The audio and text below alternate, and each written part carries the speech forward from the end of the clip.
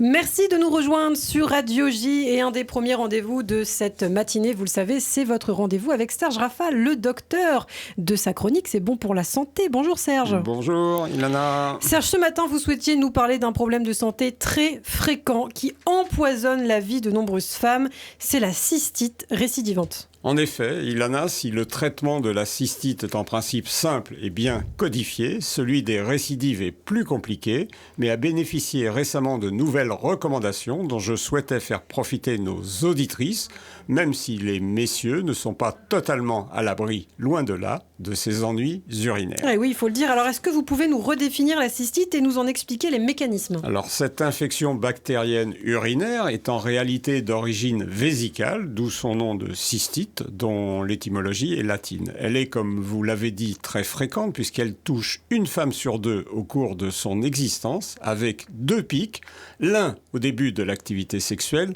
l'autre au moment de la ménopause. Son incidence annuelle est de 30% dans la tranche féminine 25-40 ans.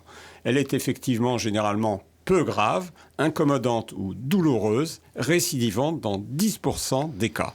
Elle peut altérer la qualité de vie en perturbant la sexualité du couple ou simplement le quotidien de la patiente. On parle de cystite récidivante lorsque surviennent 4 épisodes dans l'année, séparés par un intervalle libre de quelques semaines, ce qui concerne environ une patiente sur 10 et distingue la récidive d'une rechute. Alors, quelle est l'origine de la cystite, Serge ? Alors, il s'agit d'une colonisation bactérienne de la vessie à partir des germes du côlon, principalement des colibacilles, dont il existe 150 types différents. Les germes proviennent de la zone périanale, ils colonisent le vagin, puis remontent le long de l'urètre, le conduit qui va vers la vessie, à ne pas confondre avec l'urtère qui, lui, descend du rein vers la vessie. Il se multiplie ensuite dans la vessie en se fixant à la muqueuse. Outre le colibacille, on peut retrouver à l'examen cytobactériologique des urines d'autres bactéries, du staphylocoque, du proteus, des klebsielles. Quels sont les symptômes de la cystite ? Elle débute de façon plus ou moins brutale, généralement par une augmentation de la fréquence mictionnelle associée à des urgenturies de faible quantité d'urine et des brûlures. Elle peut également se manifester par une sensation de pesanteur, des crampes, des douleurs parfois intenses dans le bas-ventre, des urines troubles dégageant une odeur inhabituelle, parfois des traces de sang. Il n'y a habituellement pas de fièvre, l'examen clinique est normal. Alors on a parlé de l'origine de la cystite, de ses symptômes. Quelles sont les causes des infections urinaires ? Chez la femme jeune, les premiers rapports, une sexualité active, l'usage de lubrifiants et de spermicides, une constipation opiniâtre. Chez la femme plus âgée peuvent s'ajouter la sécheresse vaginale, une atrophie tissulaire. Chez l'homme, c'est quasiment toujours un souci prostatique. Mais bien souvent, on ne trouve aucune cause, ce qui ne doit pas empêcher de rechercher un calcul rénal, un polype ou une maladie du col vésical de la vessie si l'infection est récidivante. Alors, est-ce que la cystite, rassurez-nous Serge, se traite par des antibiotiques ? Oui, en dose unique. Beaucoup de dames connaissent l'association phosphomycine-trométamol, connue sous le nom de Monuril. C'est le traitement de première intention.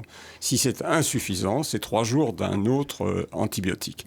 La pyélonéphrite, complication rare mais potentiellement grave puisqu'elle signe une infection du rein, nécessite, elle, un traitement antibiotique ciblé de plusieurs jours et parfois l'hospitalisation. Bon, j'imagine qu'il y a quand même des mesures préventives. Oui, plusieurs. Boire beaucoup d'eau, 1,5 litre par jour pour rincer la vessie, respecter les mesures d'hygiène, ni trop ni trop peu, utiliser un gel lavant doux, sans savon agressif, en écartant les gels intimes parfumés, en évitant les douches et irrigations vaginales.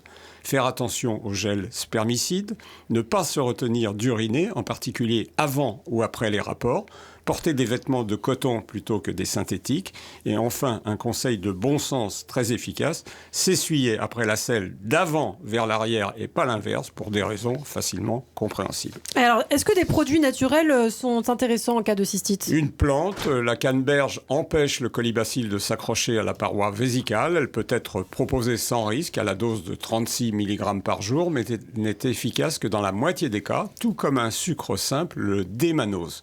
Des probiotiques locaux peuvent également constituer une alternative aux antibiotiques. Alors, rapidement, en conclusion, Serge. Va te faire foutre, urine puante de ma jeunesse, écrit Milan Kundera dans sa biographie. Puante et peut-être infectée. La cystite est pourtant facile à prévenir et à traiter dans la majorité des cas, mais volontiers à rechute. Ces quelques conseils devraient en limiter l'apparition ou les récurrences afin d'éviter la noria des antibiotiques dont nous connaissons et déplorons les résistances malheureusement de plus en plus fréquentes. Eh bien, merci beaucoup, Serge. J'ai eu peur à un moment, je me suis dit, c'est à moi qui s'adresse. La citation de Kundera.